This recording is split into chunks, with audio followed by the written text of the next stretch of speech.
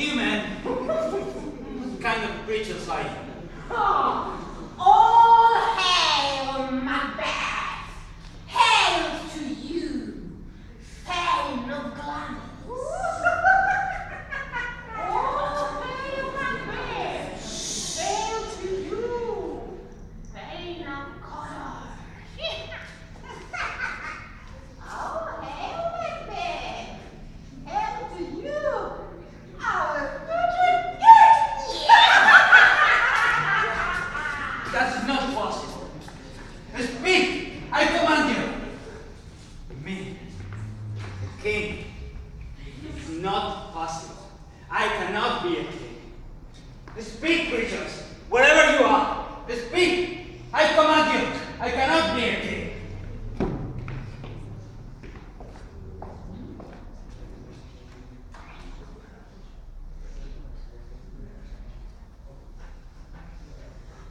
While Macbeth thought about these things, messengers arrived from the king to give Macbeth the title of Thane of Cawdor. Macbeth was so surprised that he could not answer to the messengers, and from that moment on, he could not stop thinking about becoming King of Scotland. So far, the witches have told me two things that came true. So, it's possible that I will be King of Scotland. But will this be good or bad? If it is good, why is it coming true?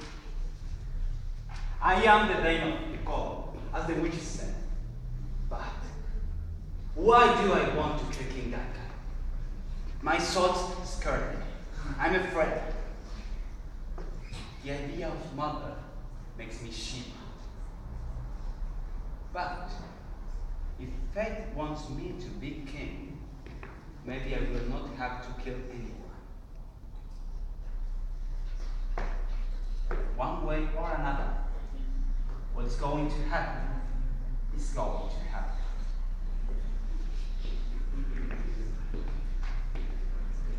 Macbeth had a wife.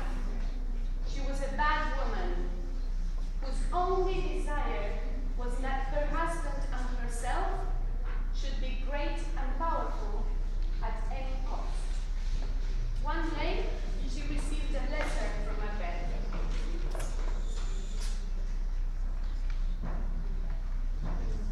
The witches met me on the day of my victory in battle. They had supernatural powers.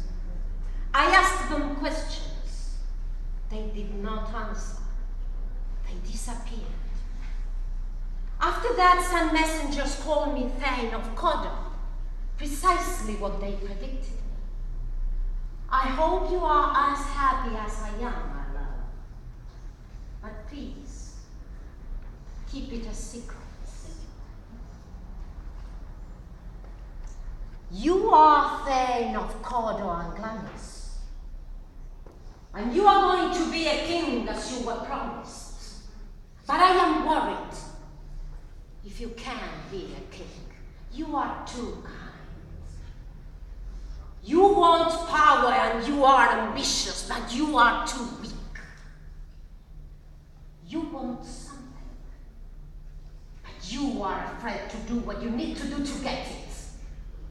Come home quickly, so that I can tell you what to do to have the crown. This letter says King Duncan is coming to our home. Come, you spirits! Make me more like a man and make me cruel. Take away my remorse so that no human compassion can stop my plan. Demons, wherever you are, cover the world with a dark smoke so that no one can see the knife we will use to kill the king. It happened at this time that the king came to Macbeth's castle with his two sons and a large number of soldiers and servants in order to honor Macbeth for his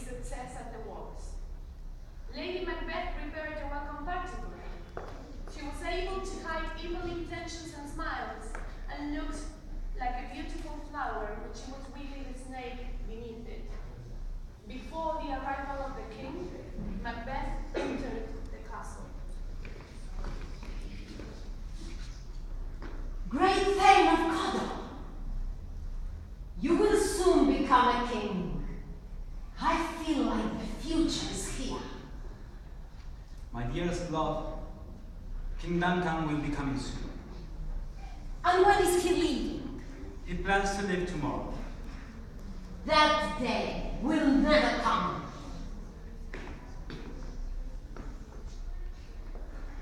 Be careful, my love. Your face shows strange feelings. You must act normal. Welcome the king with a smile. Be like the flower that hides a snake inside. The king is coming.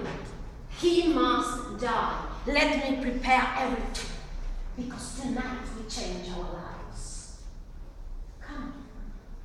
Do not look suspicious. Act normal.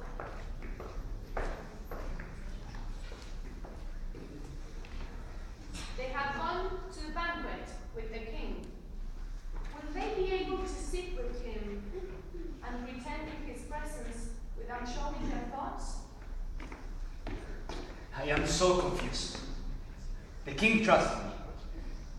He's a good leader, free of corruption, and I am his host. If I kill him, people will hate him. People will cry him, and everyone will know what a horrible person I am. But my ambition is so strong that it will take me to disaster. I am sure. What news do you have? He almost finished dinner. Why did you leave the room? Did he ask for me? Of course. We cannot go on with this plan. People think I am good, and I want to enjoy it. What made you change your mind? Are you a coward now? Will you take the crown you want so much, or will you live like a coward for the rest of your life? Stop! Please! I want to do what's proper for a man. Then if you are a man, do it! You promised! You swore! The place is here and the time is now. Do it! Do it now! But if we fail, We fail. We cannot fail. When Duncan sleeps and the servants are drunk, you will go and kill the king. Then we will blame the servants. but when we blame the servants, will people believe us? Of course they will. We will cry when we hear the news. Now I am ready. I will commit this crime. Go. Go now. And pretend to be friendly.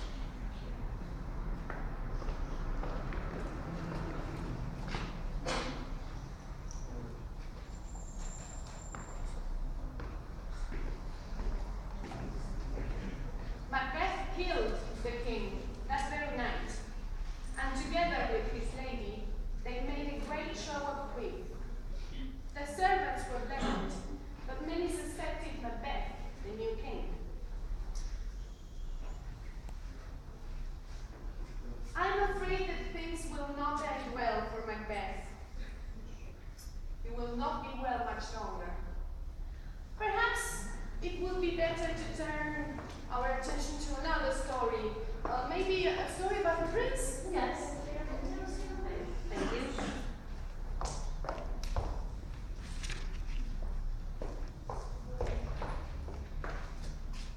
Unlike Macbeth, there was a prince who did not want to be a king. He only wanted revenge. Prince Hamlet. Prince Hamlet's father, King Hamlet of Denmark, dies suddenly while Hamlet is away at university.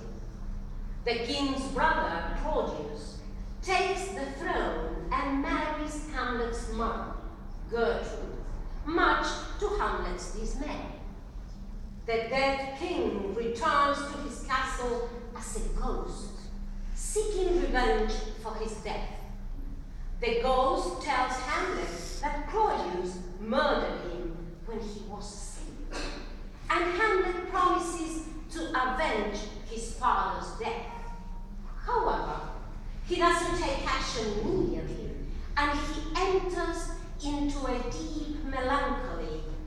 even apparent madness. Claudius asks two of Hamlet's old friends to the castle to find out what troubles him. But Hamlet knows that his old friends are Claudius's spies.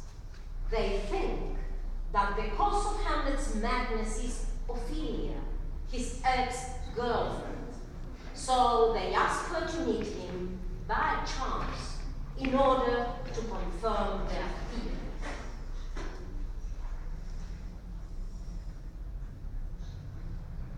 To be or not to be?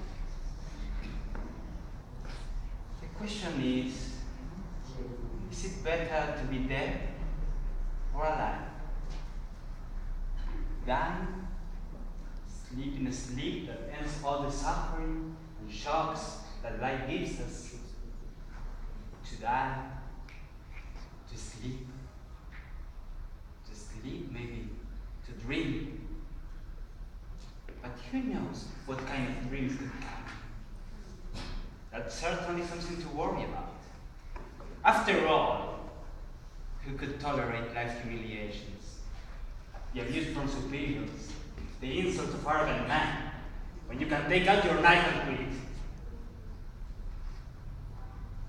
Fear of death makes us all cowards. Too much thinking makes us all cowards. But here comes the beautiful Ophelia, the pretty lady. Remember me when you pray. Hello, my lord. How are you doing? Very well, thank you. Well. My lord, I have some things of yours to give you back. Please, take them. No. I never gave you anything.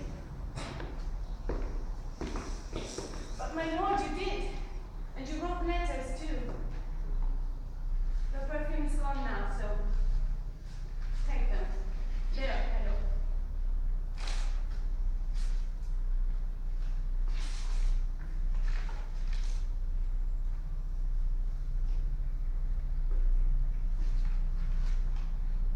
I did love you once. And I believed you. You did wrong. I never loved you.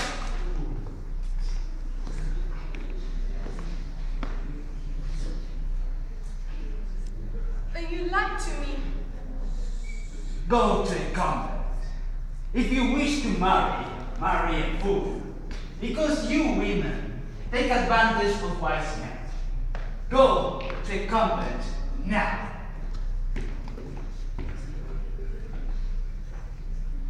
Oh, dear God, please help him.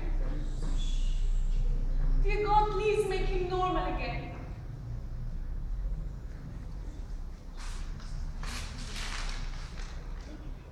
Oh, how noble he was and how lost he is now. He used to be a gentleman, a soldier, strong, the jewel of our country, admired and imitated. But now he has fallen so low. I am the most miserable. He has been ruined by madness. Oh, how miserable I am to see Hamlet now and know what he was before. One day, a group of actors comes to the castle.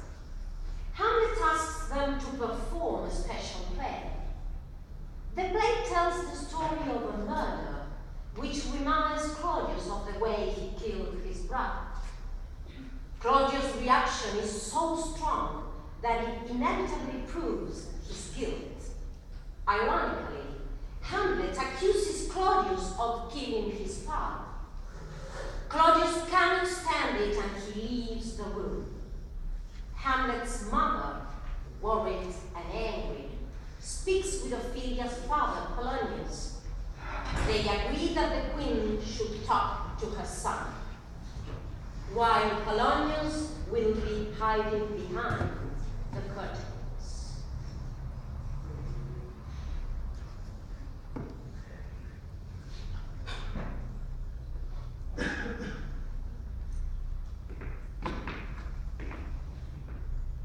Now, mother, what's the matter? Hamlet, you've insulted your father. No, mother. You've insulted my father. Come on. You're answering me foolishly. Go on. You're questioning me evilly. Hamlet, what? Why? What's the problem now? Have you forgotten who I am? Oh, God, no. I haven't. You are the queen, your husband's brother's wife. And you are my mother, unfortunately. I cannot tolerate this matter. You will stay here. Where are you going? Sit down. Who will you take me? What is it? A rat? Away with it.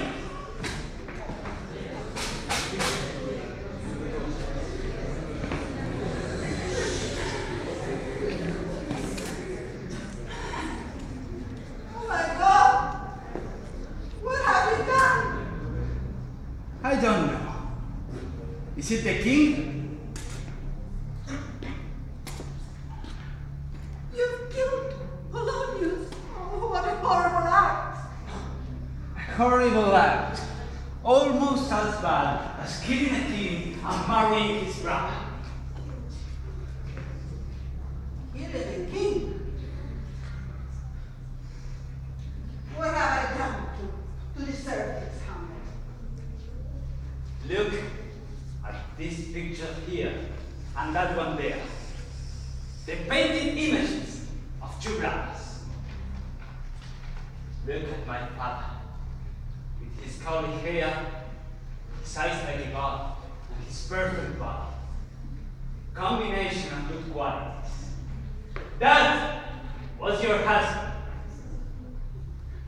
And now look at this man, your present husband. The rotten apple infecting the rest.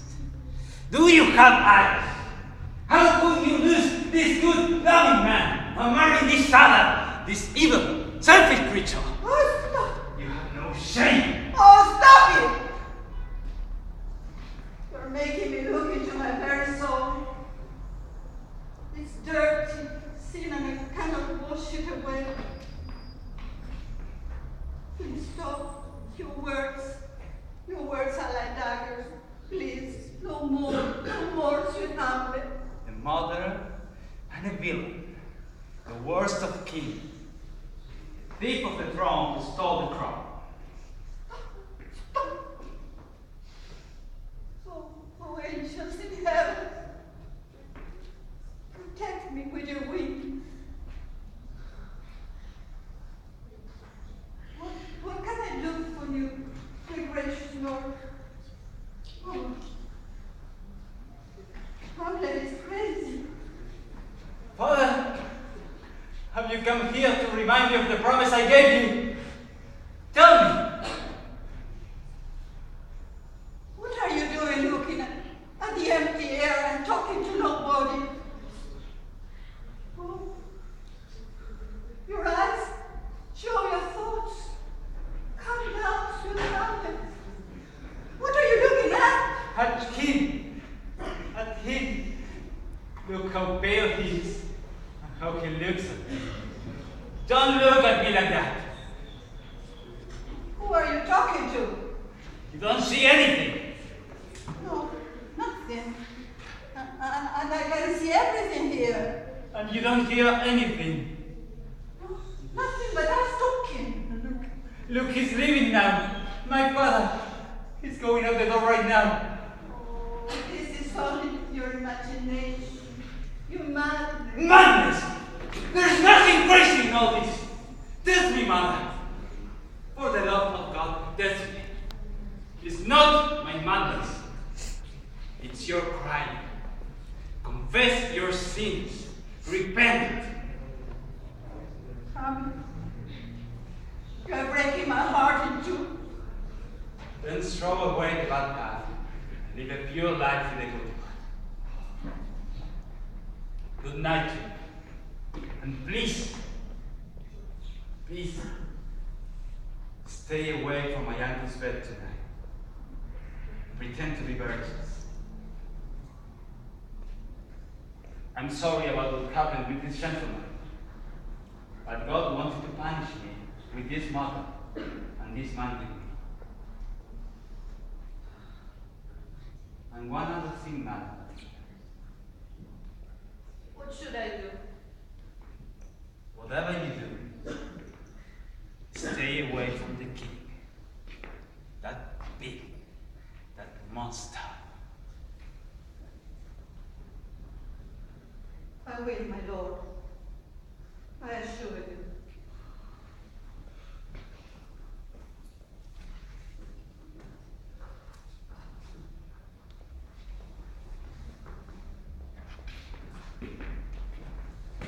In the end, Hamlet eventually takes action in a situation that ends tragically for everyone. But I'm a bit tired of unhappy endings. What about you? Let's watch a scene from a more cheerful story. The Merchant of Venice.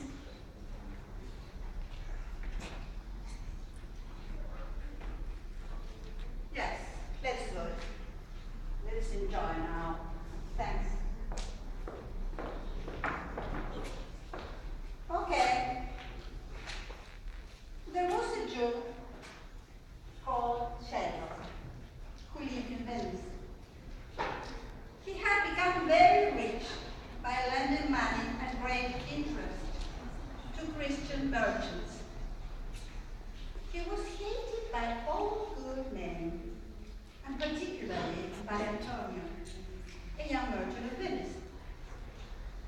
Sherlock hated Antonio too, because Antonio lent money at no interest, and as we all know, this is not good for business. Antonio was a kind man, loved by everyone, and he had a best friend called Bassanio, a Venetian who had wasted all his money. He had spent it. So, whenever Bassanio needed money, Antonio helped him. One day, Bassanio came to Antonio and told him that he was deeply in love with Paula, a very rich lady who had wasted all his money. Can you take this away, sir? Yes. And he told him that he wanted to marry her. Portia's father had died and had left her a fortune. Bassanio thought that the lady loved him too, but he didn't have enough money to propose marriage to her. He needed 3,000 pounds. At the time, Antonio was waiting for some ships with goods for sale and wouldn't have any money until they arrived. So he suggested borrowing the money from Shylock, the money lender, the Jew. He would pay him back when the ships arrived. Shylock lent the money, and they made a legal agreement by which Antonio had to pay him back at a certain day. If he did not, he would have to give Shylock a pound of flesh. Portia, the rich lady that Bassanio wanted to marry, lived in Vermont, near Venice. She was not very happy at the time, because she could not choose a husband. Portia's father had left her 3 boxes with instructions. Any man who wanted to marry her should choose one of the boxes. Only the one who made the right choice could marry her. And this scene begins when Portia and Nerissa, her servant, are talking about this. Oh, Nerissa, my poor little body is tired of this great big world. People with too much suffer as much as people with nothing. The best way to be happy is to be in between. Good point. Well said. It's better to apply it to your life. It's easy for you to say, but it's hard for me to do it. The brain can tell the heart what to do, but what does it matter? Why can't I choose a husband? Oh, the word choose is strange. I can't choose who I like and refuse who I dislike. My dead father is still controlling me. I must follow his wishes. Your father was always a very wise man, and I'm sure this test will find the perfect husband. To marry you, a man must choose between 3 boxes: gold, silver, or lead, each with a message on it. The Prince of Morocco chose the wrong box. Do you remember? And so did the Prince of Naples. Well, this test is not as simple as it seems. And what about that French lord, Monsieur Le Bon? He was like 20 men all rolled into one. And that English baron, Falconbridge, he didn't speak Latin, French, or Italian. And you know how little English I speak. The boxes they chose showed what was really in their hearts. Only a man that loves you will choose the right box, and that will be the man you love. If I can't find the right man, then die an old maid. Do you remember that Venetian scholar and soldier who accompanied the Marquis of Montferrat here once while your father was alive? Yes, Bassanio. I think that was his name. Yes, that's the one. Well, I think he deserves a beautiful woman, more than all the other men I've ever seen. I remember him well, and my memory tells me that he deserves a praise. What is it? Bassanio's coming. He's at the door. I am here to take the test. Are you sure? Why don't you wait a day or 2, a month? I do not want to lose you, and something tells me that this may be love.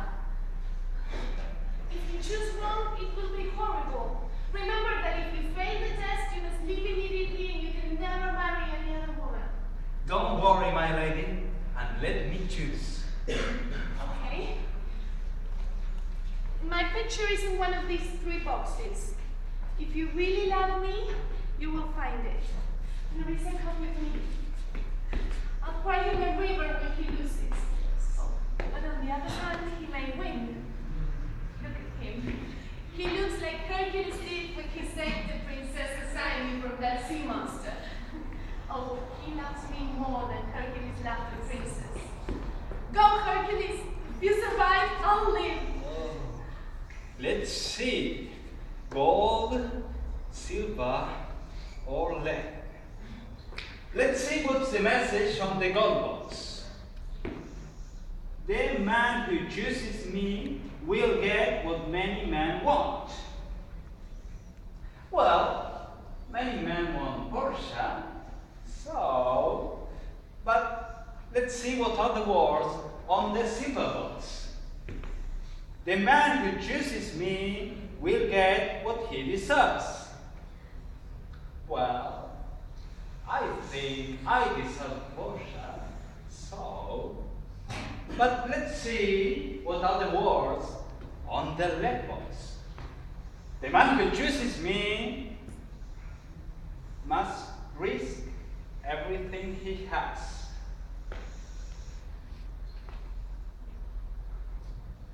Well, I'm not afraid of risking everything I have for Portia. So, I choose the lead box.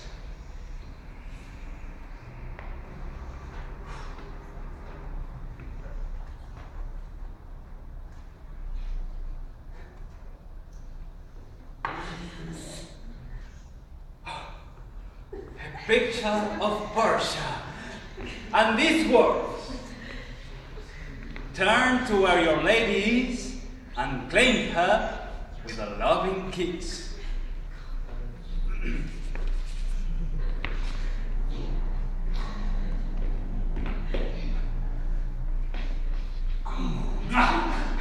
I Oh, tell me I'm not dreaming. Oh. You see me standing here, Rosario. What you see is what you get. What you're getting is an innocent and inexperienced girl. I'm happy that I'm not too old and I can learn new things. I'm happier that I'm not stupid so I can learn. But I'm happiest of all because I am yours now, my lord, my king, and you can guide me as you wish. Everything I have and everything I am are yours now. With this ring, I gave you everything. If you ever give away this ring or lose it, it means that our love has ended, and I will have the right to be angry at you. My lady, you left me speechless, but my feelings are responding to your words. The day I take off this ring will be the day I die. If you see me without it, my lady, you must be confident I'm dead. A happy ending at last. Although paying Shayla back was not easy because he wanted to take Antonio's heart, everything worked out well, thanks to the intelligence of Portia and Nerissa. And in the end, everyone got what they deserved.